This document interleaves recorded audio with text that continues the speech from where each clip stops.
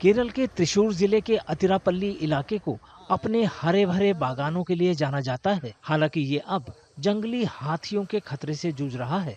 बागान में काम करने वाले मजदूरों और आसपास के लोगों को रोजाना हाथियों के बड़े झुंडों का सामना करना पड़ता है। ये संपत्ति को नुकसान पहुंचाते हैं और लोगों की जान पर खतरा बढ़ाते हैं। മെയിനായിട്ട് പുറത്തേക്ക് ഇറങ്ങാൻ പറ്റില്ല. വൈകുന്നേരം ഒരു 5 മണിക്ക് കഴിഞ്ഞ് കഴിഞ്ഞാൽ ഭയങ്കര പ്രശ്നമാണ്.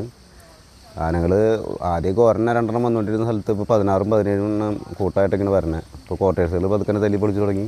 ഇപ്പോൾ അവിടെ 1 ബ്ലോക്കിലെ പള്ളി, ഇനിയിപ്പോൾ ഈ ഭാഗത്തേക്ക് വന്ന പനകൾ തീരുന്തോറും വീടുകളിലേക്ക് കയറി തുടങ്ങും. 90% വീടുകൾ ഇനി കളയാനാണ് ചാൻസ്. ഇപ്പോൾ കുട്ടിയാനകളുണ്ട്, അതാണ് ഏറ്റവും വലിയ പ്രശ്നം വരുന്നത്. കുട്ടിയാനകളുള്ളതിൻ്റെ പേരിൽ ആനകൾ വന്ന് വീട് തല്ലിപ്പൊളിക്കുന്ന കിട്ടുന്ന സാധനങ്ങളൊക്കെ തല്ലിപ്പൊളിച്ച് കാട്ടി കളഞ്ഞ് പോകുന്നത്. इलाके में रहने वाले लोगों का कहना है कि उन्हें रोज ही इस तरह की मुश्किल से जूझना पड़ता है। कई बागान मजदूर डर की वजह से अपनी नौकरी छोड़ रहे हैं। കഴിഞ്ഞ ദിവസം ഉണ്ടായ അക്രമം എന്ന് പറഞ്ഞിട്ടുണ്ടെങ്കിൽ, കഴിഞ്ഞ ദിവസം എന്ന് പറഞ്ഞാൽ നിത്യം ഉണ്ടാകുന്ന അക്രമമാണത്. കഴിഞ്ഞ ദിവസം എന്നല്ല, ഇപ്പോൾ അക്രമം ആന ഭയങ്കരമായിട്ട് പ്രശ്നങ്ങളാണ്. എല്ലാ ദിവസവും ഒരു വീട് അല്ലെങ്കിൽ ഒരു സ്ഥാപനങ്ങൾ നശിപ്പിച്ചുകൊണ്ടിരിക്കുകയാണ്. കളക്ടിംഗ് സ്റ്റേഷനുകൾ, മറ്റ് കെട്ടിടങ്ങൾ, ഓഫീസ് എല്ലാം പൊളിക്കുകയാണ്.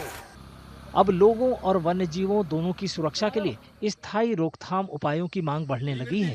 इसमें इलेक्ट्रिक बाड़ा लगाना भी शामिल है ताकि घरों, कार्यालयों और सार्वजनिक संरचनाओं को और ज्यादा नुकसान से बचाया जा सके।